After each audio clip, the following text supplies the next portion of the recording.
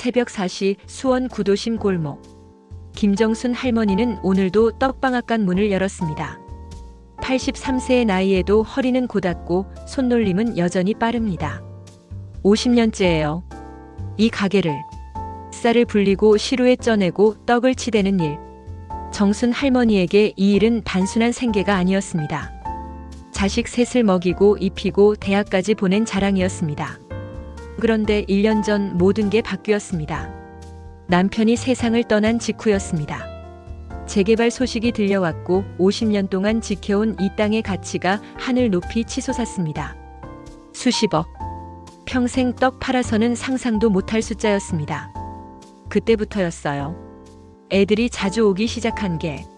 장남 태수는 명절에나 얼굴 비추던 사람이었습니다. 그런 그가 한 달에 2~3번씩 찾아왔습니다. 엄마, 이제 그만 쉬셔야죠. 나이도 있으시고. 친절한 말투였지만 눈빛은 차갑게 가게 간판을 훑었습니다. 딸 선영은 더 노골적이었습니다. 엄마, 요즘 깜빡깜빡하시죠? 병원 한번 가보세요. 정순 할머니는 멀쩡했습니다. 하지만 선영은 친척들에게 전화를 돌리기 시작했습니다. 우리 엄마 요즘 치매 기운이 있으신 것 같아. 둘째 아들 민호는 아예 변호사를 데려왔습니다. 엄마, 재산 정리 미리 해두시는 게 좋아요. 나중에 복잡해지면 안 되니까. 추석 3일 전, 세 자녀가 모두 집에 모였습니다. 명절 준비를 돕겠다는 이유였지만 분위기는 냉랭했습니다. 엄마, 이제 진짜 결정하셔야 해요. 태수가 식탁에 서류를 꺼냈습니다. 매매 계약서였습니다. 엄마 혼자 이 큰 집에 계시는 것도 위험하고 가게 일도 힘드시잖아요. 난 안 팔아. 정순 할머니의 목소리는 단호했습니다. 엄마, 그러시면 저희가 어떻게 해요? 선영이 눈물을 글썽이며 말했습니다. 요양원 가시면 편하실 텐데. 거기서 친구들도 사귀시고. 나 멀쩡해. 왜 요양원을 가? 민호가 한숨을 쉬었습니다. 엄마가 고집 부리시면 저희도 법적으로 방법을 찾아야 할 것 같습니다. 공기가 얼어붙었습니다. 50년 동안 이 자식들을 위해 떡을 빚고 쌀을 씻고 새벽같이 일어나 살아온 시간들이 한순간에 무너지는 느낌이었습니다. 추석 전날 밤, 정순 할머니는 잠들기 전 차를 한 잔 마셨습니다. 선영이 정성스럽게 끓여준 대추차였습니다. 엄마, 푹 주무세요. 이상하게 졸음이 쏟아졌습니다. 눈꺼풀이 무거워지고 몸이 가라앉는 것 같았습니다. 다음 날 아침, 정순 할머니가 눈을 떴을 때 그곳은 지하실이었습니다. 창문도 없는 좁은 공간. 문은 바깥에서 잠겨 있었습니다. 여기가 어디야? 손으로 문을 두드렸지만 아무 소리도 들리지 않았습니다. 휴대폰도 시계도 없었습니다. 그제야 정순 할머니는 깨달았습니다. 자식들이 자신을 가뒀다는 것을. 83년을 살면서 이런 건 상상도 못했습니다. 내가 낳고 키우고 평생 사랑한 자식들이 나를 이렇게 버릴 줄은. 지하실 천장 틈새로 새어들어오는 빛. 정순 할머니의 눈빛이 차갑게 변했습니다. 이 추석 그녀는 결심했습니다. 추석 당일 오전 9시 정순 할머니는 지하실 바닥에 웅크린 채 천장을 올려다보았습니다. 위층에서 발소리가 들렸습니다. 자식들이 움직이는 소리였습니다. 엄마는 어디 가셨대? 친척집 가셨다고 해. 올해는 좀 쉬고 싶으시대. 선영의 목소리였습니다. 거짓말을 아무렇지 않게 내뱉는 목소리. 정순 할머니는 주먹을 꽉 쥐었습니다. 문을 두드렸습니다. 야, 나 여기 있어. 문 열어. 하지만 아무 반응이 없었습니다. 위층의 발소리는 계속 이어졌고 곧 명절 음식 냄새가 스며들기 시작했습니다. 전을 부치는 냄새, 갈비찜 간장 냄새. 할머니가 평생 명절마다 해온 그 음식들이었습니다. 내가 저 음식들을 다 만들어줬는데. 목이 메었습니다. 하지만 눈물은 나오지 않았습니다. 너무 어이가 없어서였습니다. 오후 1시, 위층에서 웃음소리가 들려왔습니다. 친척들이 온 모양이었습니다. 형님, 올해도 잘 지내셨어요? 그럼요. 사업이 잘 돼서 다행이에요. 태수의 목소리였습니다. 평소처럼 여유롭고 밝았습니다. 근데 어머님은 안 보이네요. 아, 엄마는 올해 친구분들이랑 여행 가셨어요. 이제 좀 쉬셔야죠. 민호였습니다.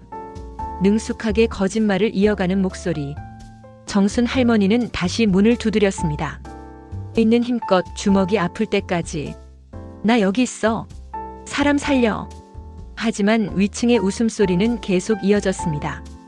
아무도 듣지 못하는 건지 듣고도 모른 척하는 건지 할머니는 그제야 깨달았습니다. 자식들이 계획적으로 이 일을 저질렀다는 것을. 추석 다음 날 오전 입이 바짝 말랐습니다. 어젯밤 문틈으로 밀어넣은 물 한 병이 전부였습니다.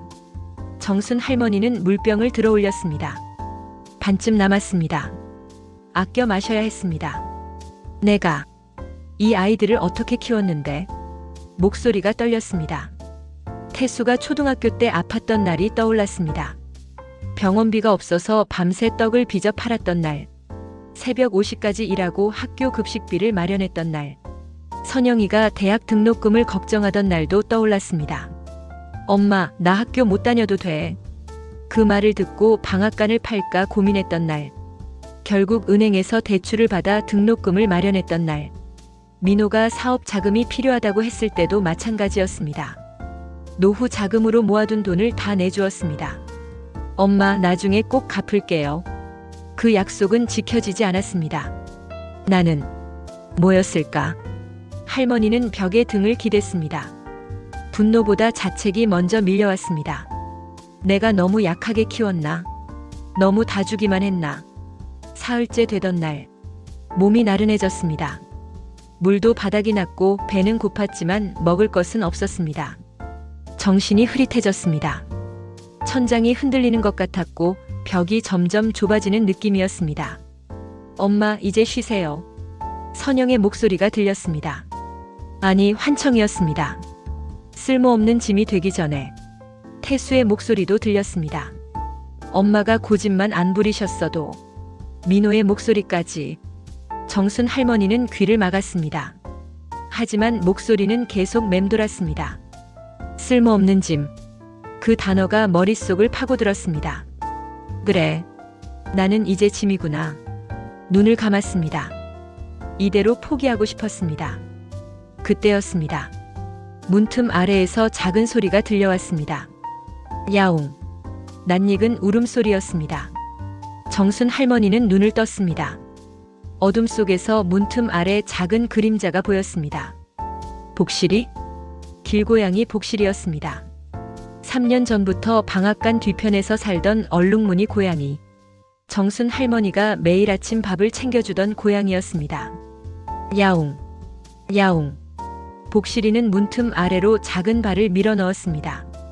정순 할머니는 바닥에 엎드려 문틈으로 손을 뻗었습니다. 복실이의 발이 할머니 손끝에 닿았습니다. 따뜻했습니다. 넌 나를 찾아왔구나. 눈물이 흘렀습니다. 이틀 동안 나오지 않던 눈물이 뺨을 타고 흘러내렸습니다. 복실이는 문 앞을 떠나지 않았습니다.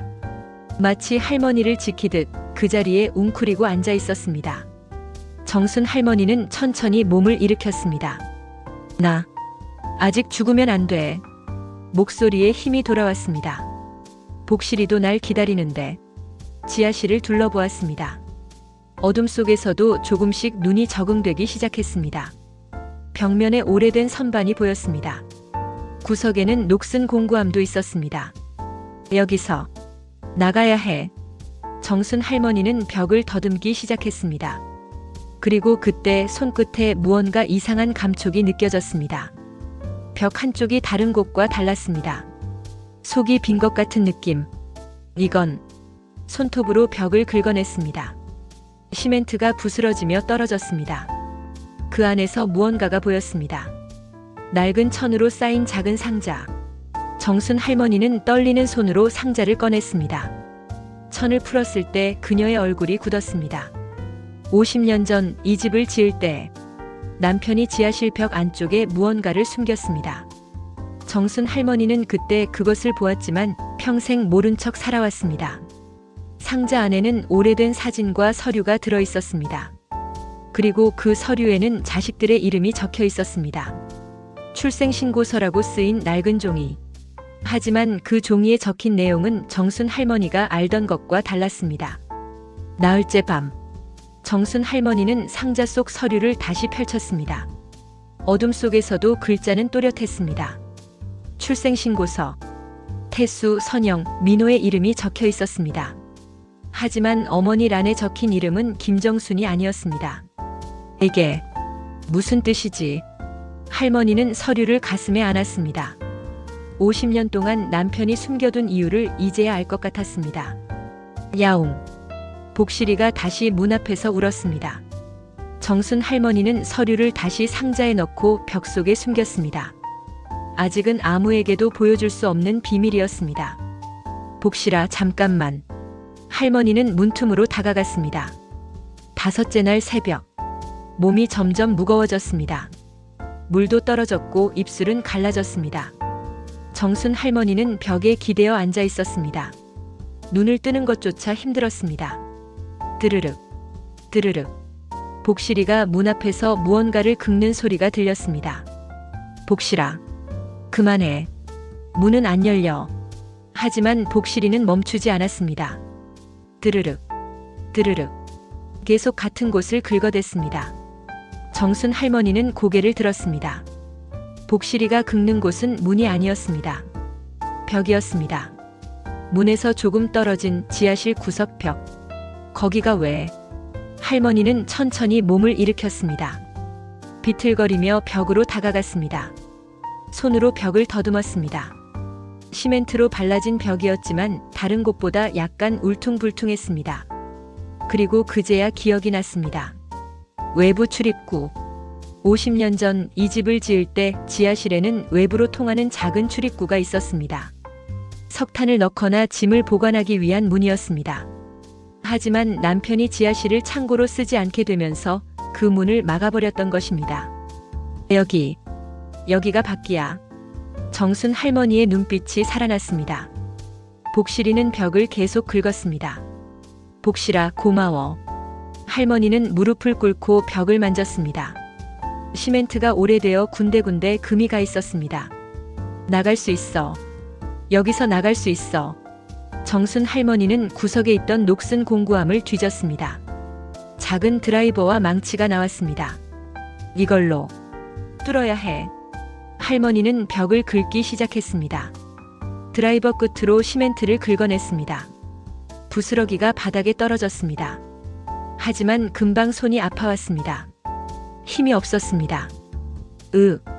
드라이버가 손에서 떨어졌습니다. 복실이가 할머니 곁으로 다가와 몸을 비볐습니다. 미안해. 힘이 없구나. 정순 할머니는 손을 펼쳤습니다. 손톱이 깨지고 손가락 끝에 피가 배어나왔습니다. 하지만 벽에는 작은 홈만 파였을 뿐이었습니다. 이렇게 해서 언제 나가? 눈물이 났습니다. 6째 날. 정순 할머니는 포기하지 않았습니다. 손이 아프면 쉬었다가 다시 긁었습니다. 드라이버가 무디면 망치로 두드렸습니다. 조금씩, 아주 조금씩 벽이 무너졌습니다. 복실이는 곁을 떠나지 않았습니다. 할머니가 쓰러질 것 같을 때마다 울음소리로 정신을 붙잡아 주었습니다. 야옹. 알았어. 안 쉴게. 할머니는 다시 벽을 긁었습니다. 손톱은 이미 다 부러졌고 손가락 끝은 피범벅이었습니다. 하지만 멈출 수 없었습니다. 여기서 죽을 수는 없어. 일주일째 되던 날, 벽에 작은 구멍이 생겼습니다. 엄지손가락 크기만 한 구멍이었지만 그 안으로 차가운 바람이 들어왔습니다. 바람이다. 정순 할머니는 구멍에 얼굴을 가까이 댔습니다. 밖의 공기가 느껴졌습니다. 조금만 더 하면 돼. 할머니는 다시 벽을 두드렸습니다. 이번에는 망치로 힘껏 내리쳤습니다. 쾅! 쾅! 시멘트가 무너지며 구멍이 점점 커졌습니다. 열흘째 되던 밤, 구멍은 사람 하나가 겨우 빠져나갈 정도로 커졌습니다. 정순 할머니는 구멍 앞에 섰습니다. 온몸이 떨렸습니다. 이제 나갈 수 있어. 하지만 몸이 말을 듣지 않았습니다. 너무 오래 굶었고 힘이 없었습니다. 할머니는 구멍에 팔을 밀어 넣었습니다. 좁았습니다. 몸을 비틀어 어깨를 밀어 넣었습니다. 벽이 어깨를 긁었지만 참았습니다. 조금씩 몸을 밀어 넣었습니다. 복실이가 먼저 구멍을 빠져나갔습니다. 밖에서 할머니를 기다렸습니다. 야옹. 알았어. 지금 간다. 할머니는 마지막 힘을 다해 몸을 밀어 넣었습니다. 그리고 마침내 정순 할머니는 밖으로 나왔습니다. 차가운 흙바닥에 쓰러졌습니다. 하늘이 보였습니다. 밤하늘에 달이 떠 있었습니다. 나왔다. 나왔어. 복실이가 할머니 얼굴을 핥았습니다. 따뜻한 혀가 뺨을 스쳤습니다. 고마워. 복실아. 정순 할머니는 고양이를 꼭 안았습니다. 내가 내 생명의 은인이구나. 하지만 할머니는 집으로 돌아가지 않았습니다. 천천히 몸을 일으켜 집 뒤편을 바라보았습니다. 2층 창문에 불이 켜져 있었습니다. 자식들은 여전히 그 집에서 살고 있었습니다. 정순 할머니의 눈빛이 차갑게 식었습니다. 아직 끝난 게 아니야. 주머니 속에는 지하실에서 가져온 서류가 있었습니다. 50년 동안 숨겨진 비밀. 이제 시작이다. 할머니는 복실이를 안고 골목 어둠 속으로 사라졌습니다. 열흘간의 감금에서 살아남은 정순 할머니. 하지만 그녀가 집으로 돌아가지 않은 이유는 단순한 복수 때문이 아니었습니다. 50년 전 숨겨진 서류. 그 안에는 자식들도 모르는 충격적인 가족의 진실이 담겨 있었습니다. 탈출 다음 날 새벽. 정순 할머니는 오래된 친구 집 앞에 섰습니다. 복실이를 품에 안은 채였습니다. 초인종을 눌렀습니다. 누구세요? 나야, 정순이. 문이 열렸습니다. 친구 순자는 할머니를 보자마자 입을 막았습니다. 언니, 그게 무슨 꼴이에요? 정순 할머니의 옷은 찢겨 있었고 손은 피로 얼룩져 있었습니다. 얼굴은 수척했고 눈가는 깊게 패여 있었습니다. 들어가도 될까? 순자는 할머니를 안으로 데려갔습니다. 따뜻한 물에 몸을 씻고 죽 한 그릇을 먹었습니다. 순자는 말없이 할머니를 지켜보았습니다. 경찰에 신고해야죠. 아직 아니야. 정순 할머니는 고개를 저었습니다. 왜요? 그 자식들이 언니를 가뒀잖아요. 증거가 없어. 할머니의 목소리는 침착했습니다. 지하실 문은 안에서도 잠글 수 있어. 내가 스스로 들어갔다고 우기면 그만이야. 그럼 어쩌려고요? 정순 할머니는 주머니에서 서류를 꺼냈습니다. 50년 전 남편이 숨겨둔 출생신고서였습니다. 순자는 서류를 펼쳐 읽었습니다. 얼굴이 굳었습니다. 이게 진짜예요? 응. 그럼 애들은? 몰라. 남편도 나한테 말 안 했어. 정순 할머니는 창밖을 바라보았습니다. 하지만 이제는 알아야 할 때가 된 것 같아. 그날 오후, 정순 할머니는 떡방앗간으로 돌아갔습니다.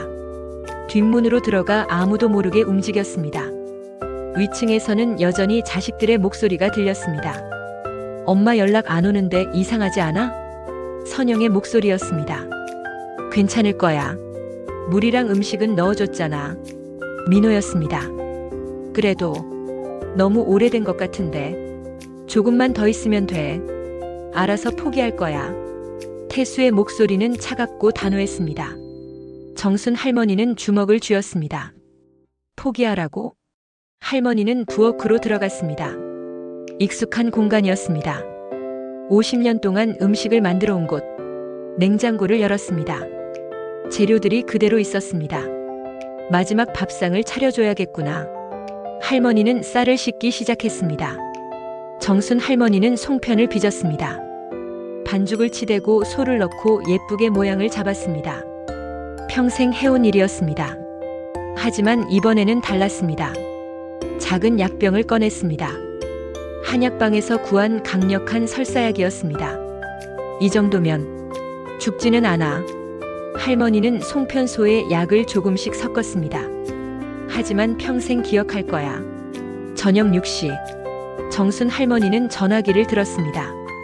여보세요, 김 변호사님? 나 김정순입니다. 오래전부터 알던 변호사였습니다. 오늘 밤 8시에 우리 집으로 와주세요. 경찰도 함께요. 무슨 일이신데요? 제 자식들이 저를 죽이려고 했습니다. 변호사는 잠시 침묵했습니다. 알겠습니다. 준비하겠습니다. 할머니는 전화를 끊었습니다. 그리고 녹음기를 주머니에 넣었습니다. 이제 시작이다. 저녁 7시 30분. 정순 할머니는 2층 거실로 올라갔습니다. 자식들은 소파에 앉아 TV를 보고 있었습니다. 할머니가 문을 열고 들어서자 세 사람 모두 얼어붙었습니다. 마? 태수가 먼저 입을 열었습니다. 얼굴이 하얗게 질렸습니다. 어떻게? 선영은 뒤로 물러섰습니다. 민호는 아무 말도 하지 못했습니다. 정순 할머니는 천천히 걸어 들어왔습니다. 엄마가 죽었을 줄 알았지? 목소리는 차갑고 낮았습니다. 아니, 엄마. 그게. 입 닥쳐. 할머니의 눈빛이 서늘했습니다. 이제 진짜 한가위 밥상을 차려줄게. 할머니는 송편을 상에 올렸습니다. 김이 모락모락 나는 송편이었습니다. 어서 먹어. 엄마가 만든 마지막 밥이다. 엄마, 우리 먹으라고 했어. 정순 할머니의 목소리에 힘이 들어갔습니다. 세 자식은 떨리는 손으로 송편을 집었습니다. 엄마, 미안해요. 선영이 울먹였습니다. 미안하면 먹어. 태수가 송편을 입에 넣었습니다. 선영과 민호도 따라 먹었습니다. 정순 할머니는 그들을 지켜보았습니다. 맛있지? 네. 그래. 이게 너희가 마지막으로 먹는 엄마 손맛이다. 30분 후. 세 자식은 화장실로 뛰어갔습니다. 빼야. 엄마, 뭘 넣으신 거예요? 정순 할머니는 소파에 앉아 차를 마셨습니다. 설사약. 죽지는 않아. 걱정 마. 엄마, 어떡해. 너희가 나한테 한 것보다는 약하지. 할머니는 녹음기를 꺼냈습니다. 열흘 동안 지하실에 가둔 것, 물 한 병만 준 것, 요양원 보내려고 모의한 것, 다 녹음했다. 태수의 얼굴이 파랗게 질렸습니다. 엄마, 그건. 그리고 이것도 있지. 정순 할머니는 출생신고서를 꺼냈습니다. 50년 동안 숨겨뒀던 거야. 너희 아버지가. 서류를 펼쳐 보였습니다. 세 자식은 서류를 보고 입을 다물지 못했습니다. 이게 무슨. 너희는 내 친자식이 아니야. 정적이 흘렀습니다. 선영이 먼저 울음을 터뜨렸습니다. 그럼 우리는 입양하지. 정순 할머니의 목소리는 떨리지 않았습니다. 너희 아버지 친구 자식들이었어. 그 친구 부부가 사고로 죽었을 때 우리가 데려온 거야. 태수는 바닥에 주저앉았습니다. 왜? 말 안 하셨어요? 너희를 진짜 내 자식으로 키우고 싶어서. 할머니의 눈가가 붉어졌습니다. 50년 동안 한 번도 차별한 적 없어. 친자식보다 더 사랑했어.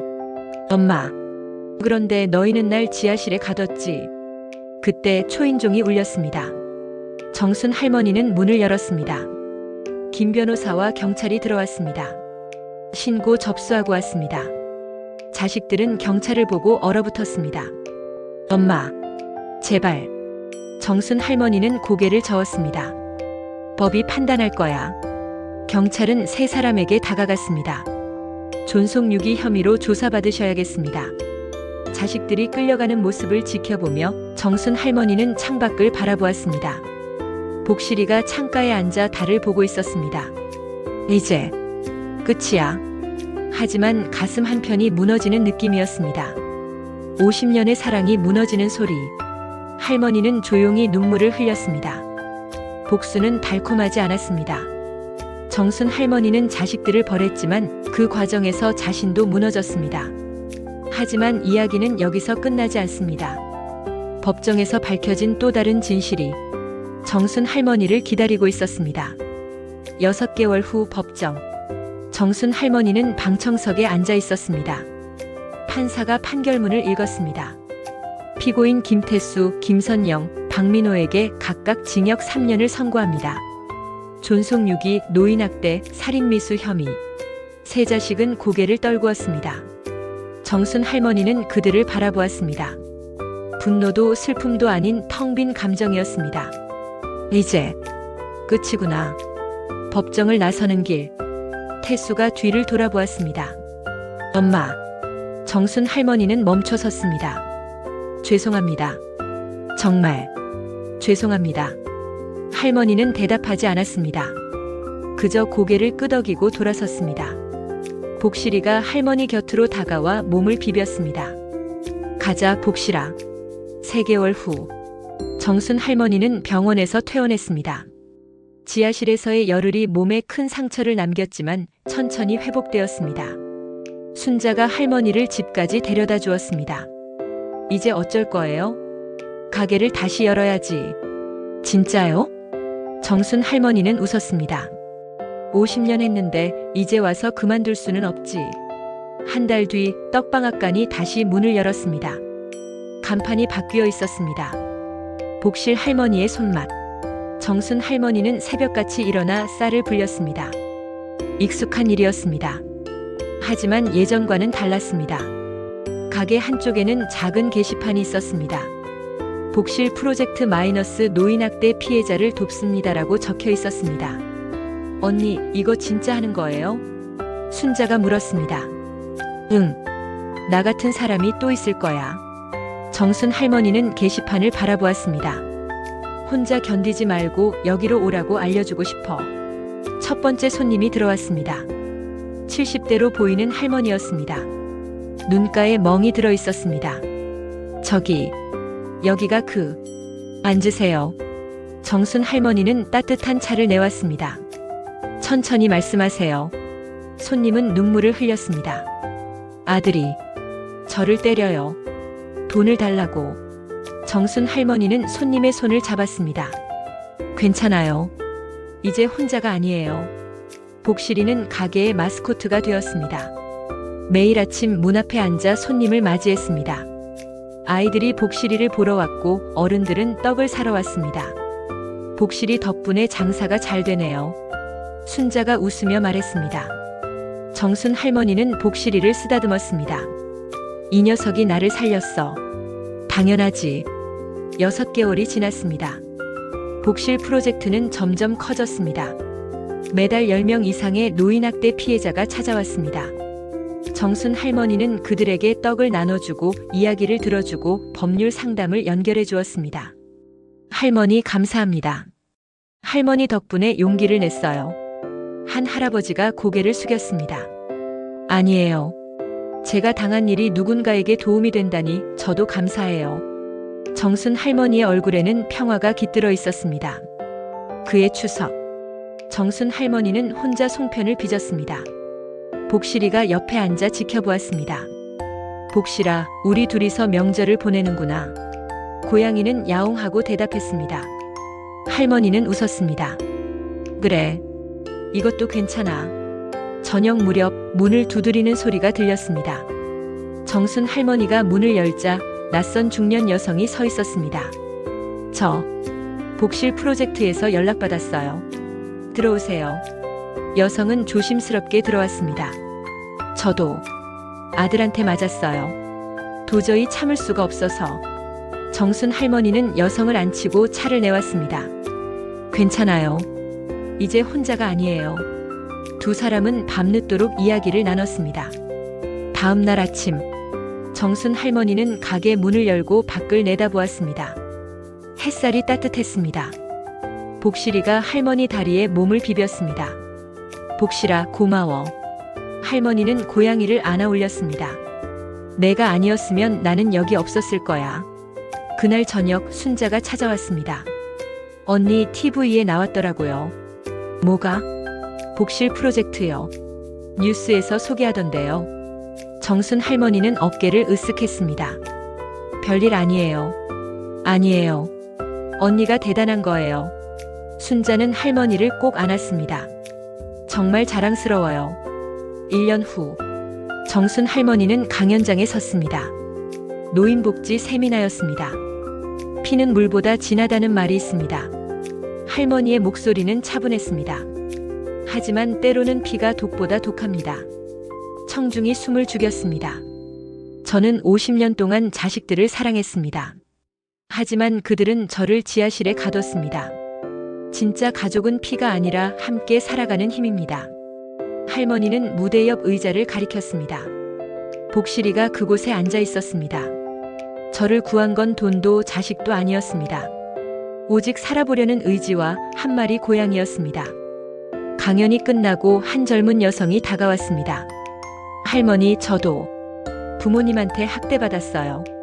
그래요? 할머니 이야기 듣고 용기가 났어요. 신고했어요. 여성은 눈물을 글썽였습니다. 감사합니다. 정순 할머니는 여성의 손을 잡았습니다. 잘했어요. 이제 새로운 삶을 살아요. 그날 밤 집으로 돌아온 정순 할머니. 복실이가 할머니를 맞이했습니다. 야옹. 그래, 나도 배고파. 할머니는 복실이에게 밥을 주고 자신도 간단히 저녁을 먹었습니다. 창밖으로 달이 떠올랐습니다. 이제는 괜찮아. 할머니는 복실이를 무릎에 올렸습니다. 우리 둘이면 충분해. 고양이는 가르랑거리며 잠들었습니다. 2년 후 어느 명절, 정순 할머니는 여전히 떡방앗간을 운영했습니다. 복실 프로젝트는 전국으로 확대되었습니다. 매년 수백 명의 노인학대 피해자들이 도움을 받았습니다. 할머니는 이제 피해자가 아니라 생존자였습니다. 가게 앞에는 작은 동상이 세워졌습니다. 복실이 모양의 동상이었습니다. 밑에는 이렇게 적혀 있었습니다. 생명을 구한 고양이 복실이를 기리며. 정순 할머니는 매일 아침 동상 앞에 섰습니다. 복실아, 오늘도 좋은 하루 보내자. 복실이는 여전히 할머니 곁에 있었습니다. 이제는 나이가 들어 천천히 걸었지만 여전히 할머니를 따라다녔습니다. 우리 함께 늙어가자. 할머니는 고양이를 안아 올렸습니다. 그해 겨울, 첫눈이 내렸습니다. 정순 할머니는 창가에 앉아 눈을 바라보았습니다. 복실이가 무릎에서 잠들어 있었습니다. 행복하구나. 할머니는 조용히 중얼거렸습니다. 진짜 가족을 찾았으니까. 정순 할머니의 이야기는 복수가 아니라 회복의 이야기입니다. 배신과 상처 속에서도 새로운 삶을 선택한 이야기. 그리고 진짜 사랑은 피가 아니라 함께하는 마음에서 온다는 교훈. 명절마다 그녀는 말합니다. 나를 구한 건 돈도 자식도 아니었다. 오직 살아보려는 의지와 한 마리 고양이였다.